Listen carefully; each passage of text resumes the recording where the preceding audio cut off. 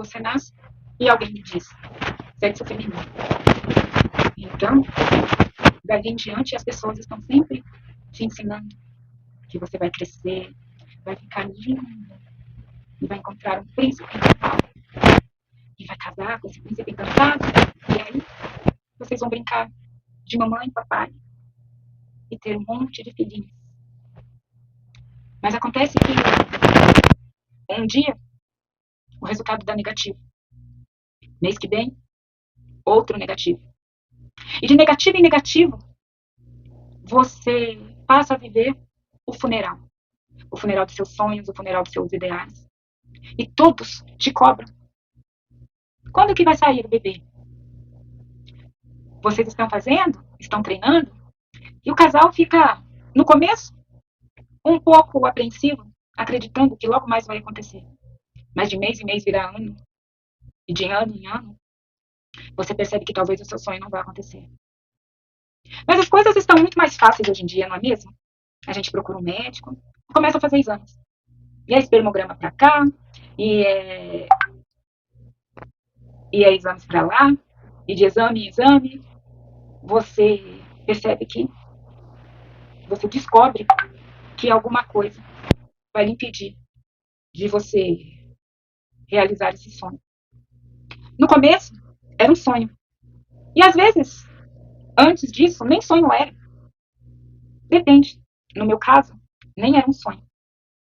Eu tentei não ser mãe por várias vezes. E eu tomei o remédio, e eu me protegi. Mas um dia, alguém diz, você passou dos 30, vai começar a ficar difícil. E aí você pensa, bom, é verdade, eu tenho mais que 30. Eu sou casada. Eu tenho uma casa própria. Eu tenho um carrinho velho. Já dá pra pensar em ter um filho. Ah, e um emprego? Pois é, um emprego estável. Já dá pra pensar em ter um filho.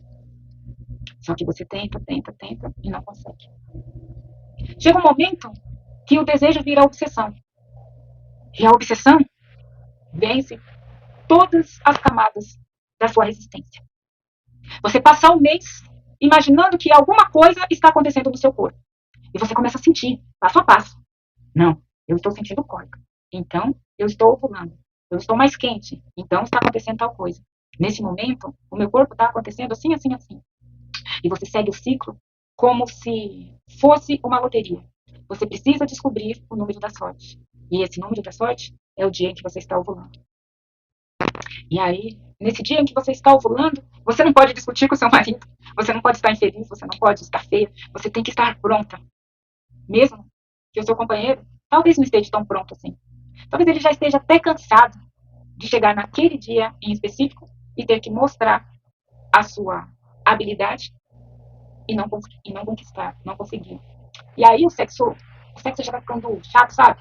Porque nos dias em que você não está ovulando, você não quer mais.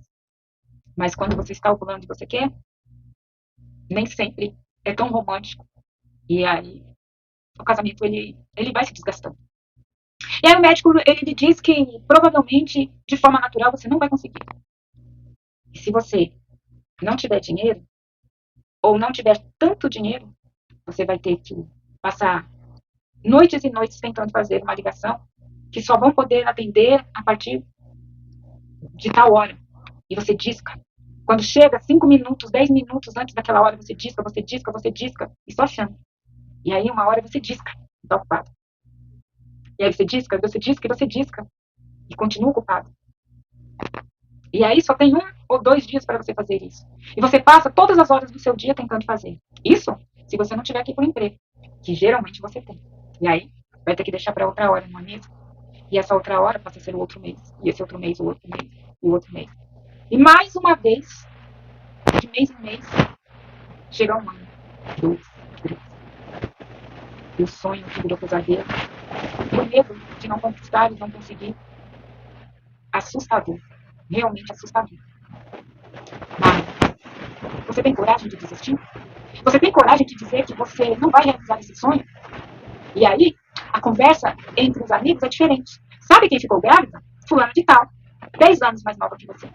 Você não acredita quem teve neném ontem. Beltrano. 15 anos de mais nova que você.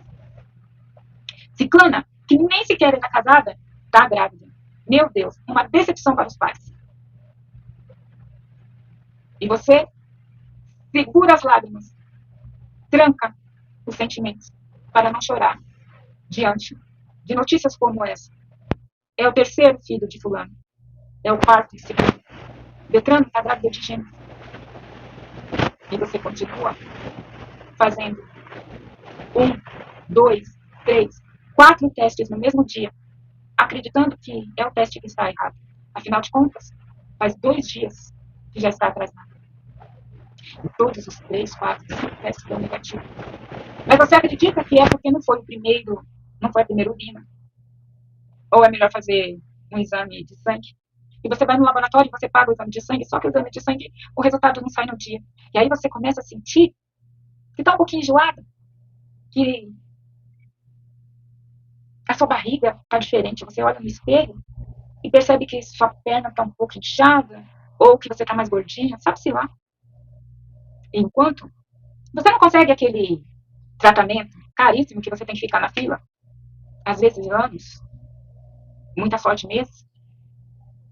Então você faz uma indução de ovulação, 2, 3, 4. E aí você toma remédio 28 dias, 26 dias, 27 dias. Qual que é o seu ciclo? Eu não sei mais qual é o meu ciclo. Antigamente, todo mês chegava tão rápido. E agora, se você precisa começar a tomar no primeiro dia da sua menstruação, mas a menstruação não vem. E se está atrasado e você teve 10 anos de sangue, você não sabe. Será que você ovulou? Provavelmente não. E aí você já está discutindo com o seu marido. Você já está brava porque você está tão ansiosa para saber se vem ou não vem, se está atrasado, se o resultado é positivo, se o resultado é negativo, que você queimou a janta ou nem fez, porque você está muito deprimida. E mesmo você estando muito deprimida, você tem que trabalhar. E aí, quando você vai trabalhar, aquela sua amiga da mesma idade que você diz: menina, ser mãe é uma graça. Deixa eu te mostrar a foto do meu bebê. Ele é tão inteligente, ele é tão fofinho. Sabe que ele falou isso, que ele fez aquilo? Olha só a gracinha que ele fez. E mostra no celular aquela coisa fofa, fazendo as maiores da estripulia. Mais uma vez, você tem que disfarçar os seus olhos cheios. Algumas vezes você vai dizer que não tem tempo para olhar. Mas a maioria das vezes, você vai ter que olhar e sorrir. E falar todas aquelas gracinhas que a mãe espera que você fale, porque é gracinha mesmo. Mas o seu coração está tão quebrado. Não porque a sua amiga tem um bebê que é uma gracinha. Tem um filhote que aprendeu a falar inglês. Ou uma criança que está indo para a escola na primeira vez. Não é por isso. Porque você também queria estar fazendo a mesma coisa. E as pessoas, elas vão te dizer o tempo todo como é especial ser mãe. Como é maravilhoso ser pai. Como o casamento fica maravilhoso quando você é pai e mãe. E aí você tem mais inveja ainda. E já é inveja. Não vamos aqui julgar. Mas é inveja. Você está com inveja porque todo mundo tem aquilo que você não tem. Sua irmã mais nova tem, sua cunhada tem, suas amigas da sua idade têm, as amigas vizinhas têm, todo mundo tem. E está todo mundo feliz. Todo mundo te contando uma bela história sobre como chegou em casa e que gracinha. Desculpe. Como chegou em casa e qual foi a gracinha que o filho dela fez. E nesse momento, você já não tem mais coragem de falar, de sorrir, já não quer mais sair. Porque quando você sair com as amigas, com os amigos, ou em família, naquela festa de Natal, ou no casamento da sua prima, ou então num churrasco dos colegas, todos vão estar ali conversando sobre qual fralda usa, se é talco, se é perfume, é Giovanna Baby, Johnson Johnson. São tantas coisas, são tantas marcas, são tantas fraldas, são tantas pomadas, são tantas receitas de como você faz a mamadeira, qual é a forma. E você resolve, então, mostrar que você é melhor do que elas. Porque enquanto elas estão cuidando das fraldas e da bolsa das crianças, você está sambando na festa tomando cerveja com os homens. E aí você passa a ser mal vista pelas suas amigas. Mas se você for lá e elas começarem a falar de brotueja, você não vai saber responder. Só vai ficar escutando, então. você percebe que não faz mais parte. E deixa. Começa a dar desculpa que não vai poder ir porque tem que visitar a sua mãe. Ou que pena, logo naquele dia. Tá tudo bem. Às vezes você até foi viajar mesmo. Mas não porque era inadiável, mas porque é uma boa desculpa para você não ter que voltar para casa dirigindo e chorando por não fazer parte deste grupo.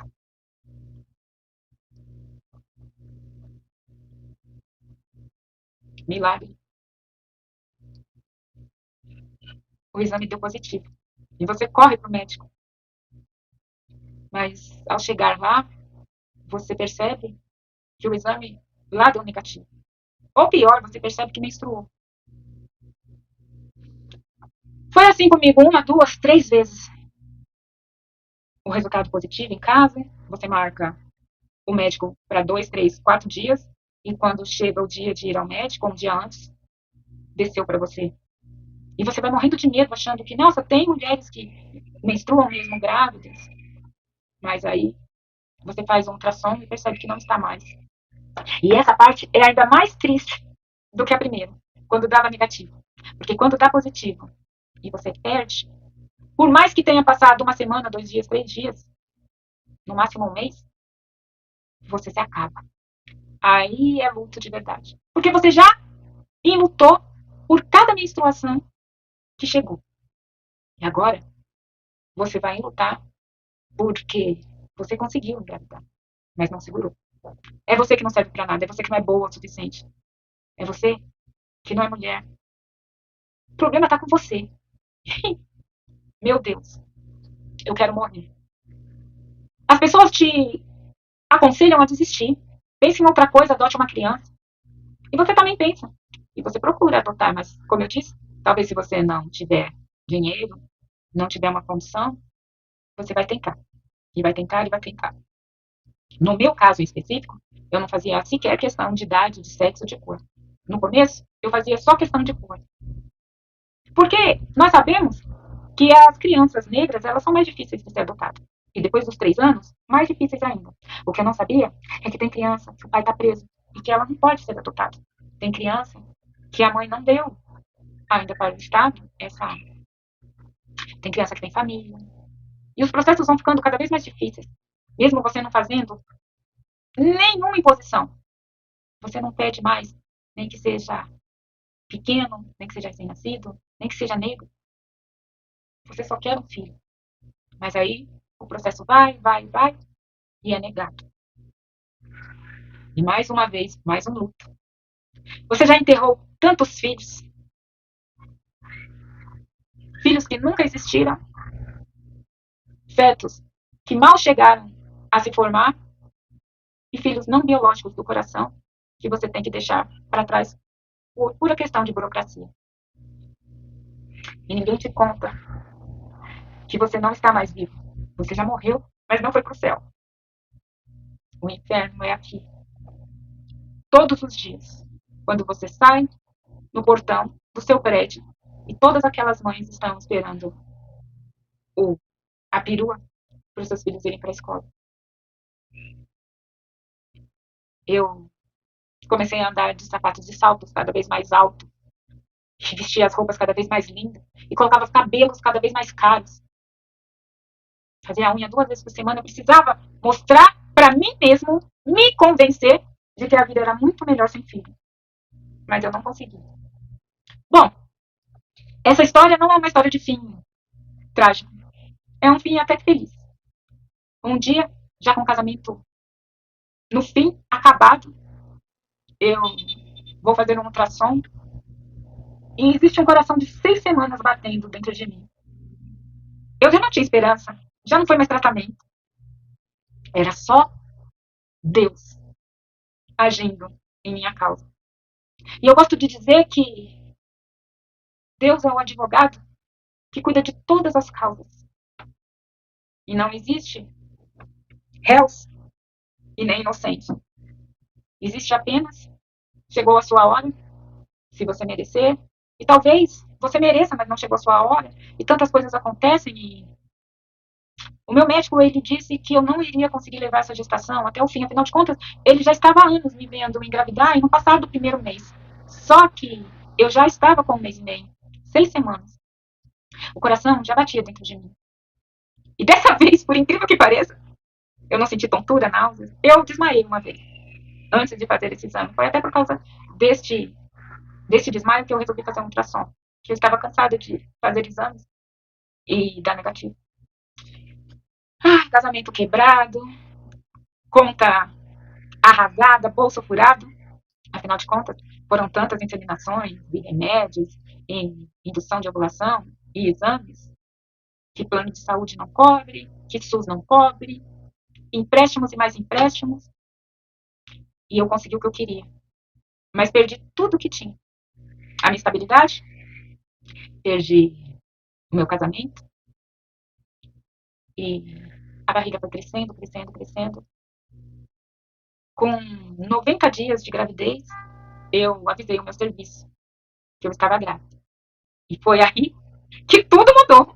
Você pensa que resolveu o problema? Foi nesse momento que as pessoas começaram a dizer: Ih, Keller, se ó, eita, agora que você vai ver o que é bom pra tosse. Tá pensando que é fácil ter filho? Tá pensando que é bom ser mãe? Agora que você não dorme, que você não come, que você não vai ter mais dinheiro. Eu deveria estar muito feliz. Mas eu não estava tão feliz assim. Eu estava feliz porque eu estava gestando uma vida. E eu estava muito infeliz porque eu já não tinha um casamento. Porque eu não podia dar para minha filha tudo aquilo que eu queria ter dado quando eu tinha condições. Mas a gente foi fazendo o que pôde.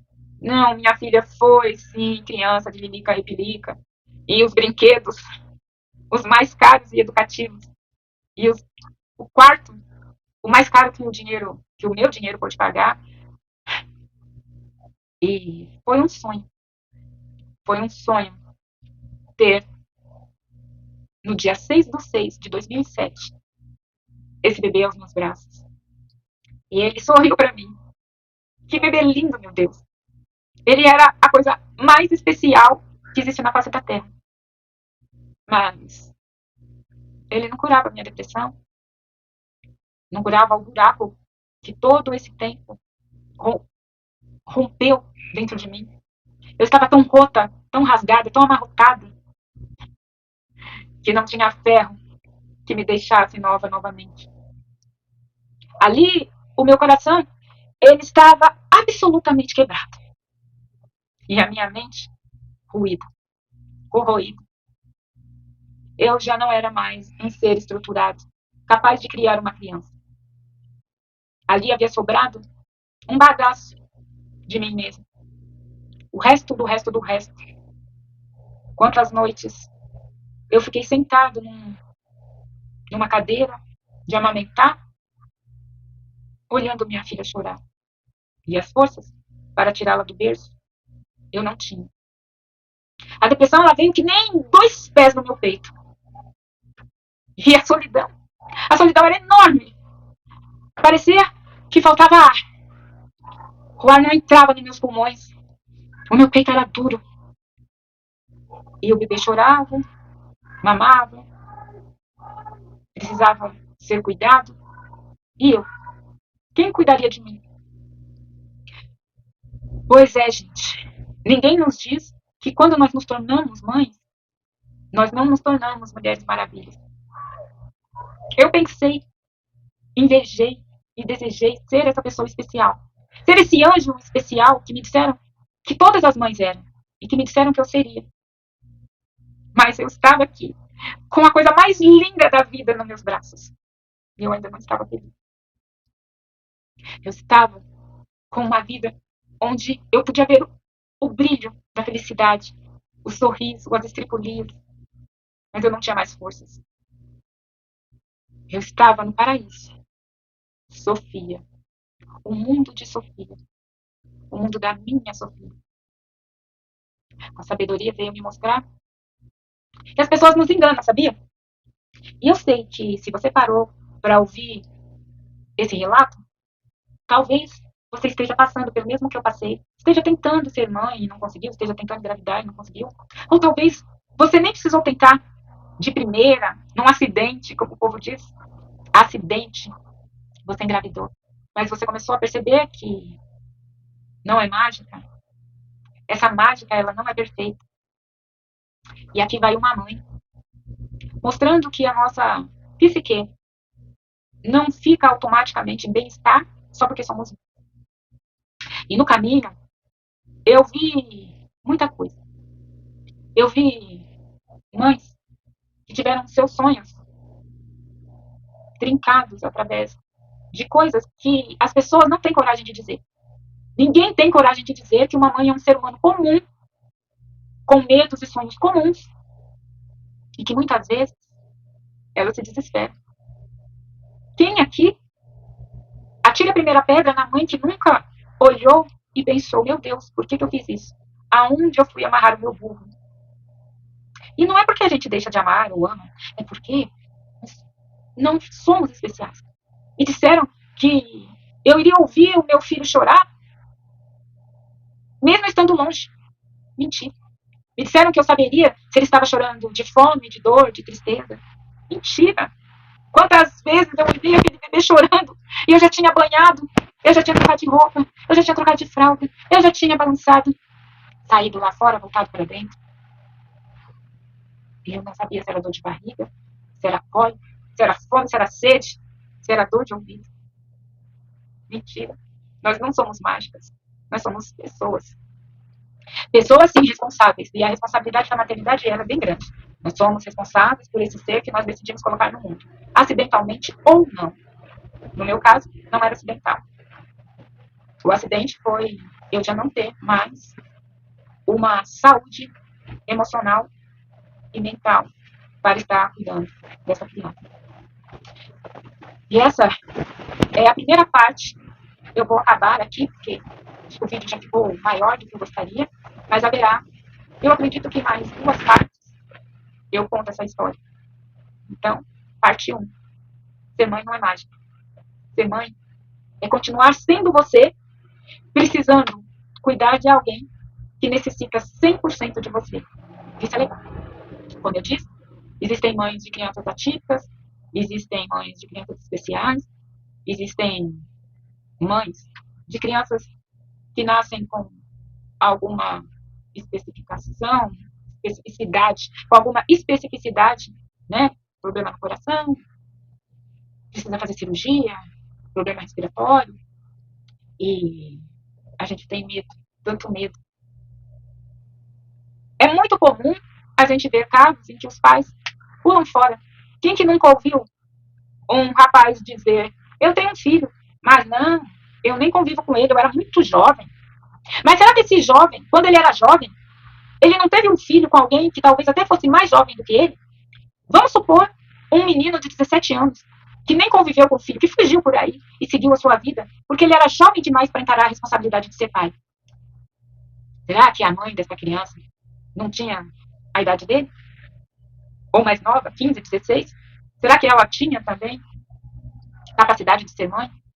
Vamos parar de romantizar essa história de que mãe é mãe para toda a vida, para todo sempre. Nós somos seres humanos. E aqui eu quero falar a verdade sobre a maternidade. Eu amo meus filhos. Sou mãe de uma menina de 18 anos, Sofia, que se chama Sofia porque Sofia significa sabedoria. E a sabedoria de Deus na vida dessa garota, na minha vida, essa garota ela veio para me salvar. Ela veio para me curar. Mas é comum, é normal, é bom uma pessoa adulta precisar de utilizar uma criança que é sua responsabilidade como seu remédio. É comum, é natural você precisar deste filho para sobreviver. Já neste momento, eu não estava mais saudável. Eu precisava de medicação, eu precisava de psicólogo, psiquiatra, eu precisava de tratamento. E eu tinha uma responsabilidade enorme. E não dava para ser na hora da minha folga, no dia que eu não fosse namorar. Não dava para ser. Tinha que ser 24 horas, todos os dias da minha vida. Mesmo quando eu estava trabalhando, se a creche ligasse e dissesse que eu teria que buscar porque ela estava com conjuntivite, com catapora, que ela pegou, que ela teve meningite, que eu tinha que largar tudo de correr. E é óbvio que eu queria largar tudo de correr. Ela era a coisa mais importante da minha vida. Mas não é romântica. Não é normal você olhar para o seu filho e dizer, tá, não é igual eu sonhei. Não foi como eu pensei, mas é meu filho. Eu gostaria de perguntar aqui, deixar uma pergunta para você que parou para ouvir isso. Para você que talvez esteja sonhando em ser mãe, como eu sonhei, ou para você que foi mãe acidentalmente, como eu já vi muitas amigas serem, ou para você que foi mãe, foi fácil, foi comum, mesmo se você estando casada, estabilizada, mas teve um filho ativo, especial.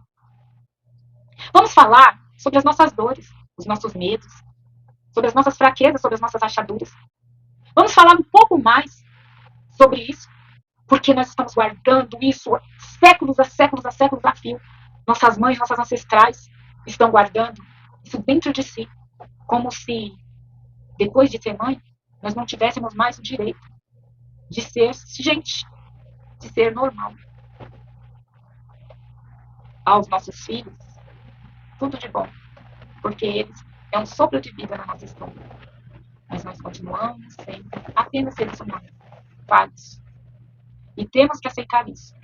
Hoje eu estou aqui para lembrar você, mãe, que está com medo, que está se sentindo sozinha, que está cansada. É normal, é comum. E para você, mulher, que está pensando em ser mãe, saiba que realmente é muito bom você colocar um ser no mundo. Eu me senti Deus formando uma pessoa através da minha vida. Cada semana, cada ultrassom, cada mudança era incrível. O crescimento, a transformação, aprender a falar, aprender a andar. Tá tanto trabalho, é tão cansativo. Aprender a escrever, aprender a estudar. E aí eles crescem, viram adolescente, eles te odeiam, você não sabe lidar com isso e eles não sabem o que querem. Eles não sabem se vão ser médico ou jornalista, artista ou cientista. É uma loucura e você será aquela pessoa que vai dizer, não importa se você vai ser artista ou cientista, você vai ser feliz. Você vai ser aquela pessoa que vai ter medo quando seu filho for à padaria e você escutar um carro brecando. Você vai sair correndo com medo de que seu filho foi atropelado. A partir de agora você vai ter medo de tudo. Medo de não ser o suficiente, medo de não ser boa o suficiente, medo de ser muito boa, medo de amar demais, medo de não amar, medo de saber o que dizer e medo de não ter o que falar. Você também vai ter que falar, vai ter que dizer, vai ter que ensinar. Você vai ter que ser exemplo dessa pessoa. E muitas de nós conseguem superar isso com galhardia, mas não sem medo. E esses filhos crescem e você continua com medo. Porque um filho de 20, de 30, de 40, de 50, ele sempre será seu filho. E você sempre vai estar preocupado se ele está bem, se ele está se relacionando com boas pessoas. Normal. Sempre vai ter um dia que ele vai chegar e dizer, mãe, eu estou desesperado. E você vai dizer, eu sei, mas você vai conseguir. Você vai ser o esteio dessa pessoa. Você vai transformar esse ser no melhor ser do mundo. No ser mais viável e mais possível que você puder. Então se prepare. E vamos finalizar agora? Meu nome é Kelly Damasceno, sou psicanalista. E este é o canal Corpo Consciência. Aqui no Corpo Consciência, a gente fala sobre tudo com verdade. Sem fantasiar. Sentimento é sentimento, dor é dor, medo é medo, assombro é assombro, doença é doença, saúde é saúde. Aqui não existe o certo ou o errado. Existe você dar o melhor de si. E se você gostou deste conteúdo, então, por favor, curte, compartilha, se inscreva no canal. Isso é muito importante para que muitas outras pessoas possam receber um conteúdo como esse. E saber que se ele não está tão perfeito como disseram que seria, é normal. Eu trabalho como psicanalista, eu atendo online para todo o Brasil. E também acabei fazendo, idealizando esse canal para estar passando para as pessoas o que eu procuro passar aqui no meu set analítico, que ser saudável, ter saúde, é estar se configurando e reconfigurando todos os dias. E para isso você precisa se conhecer, se autoconhecer, e a psicanálise está aí para ajudar a todos a vencer ansiedade, depressão, como é a história que eu estou vencendo, que eu estou contando que venci, como é a primeira parte, ainda vocês não sabem o meio e o fim, mas eu já dou um spoiler. Aqui, a gente cuida da saúde como a gente cuida do corpo. Se você levar uma topada ou dar uma martelada no dedo, você vai saber que doeu, que é o seu sentimento. Agora, vamos encarar os nossos sentimentos de frente. Vamos deixar se desenvolver. E você não vai deixar de ser uma pessoa incrível, uma mãe incrível, um companheiro incrível, uma esposa incrível, porque você não é perfeito. Mas você vai ser tudo isso exatamente porque você não é perfeito, mas você se conhece e sabe lidar com tudo isso. Dependência emocional, ansiedade, tristeza, depressão, luto. É tudo uma conversa para a gente ter aqui nesse canal. Então, um beijo e até a próxima. Vai ter parte 2 e 3.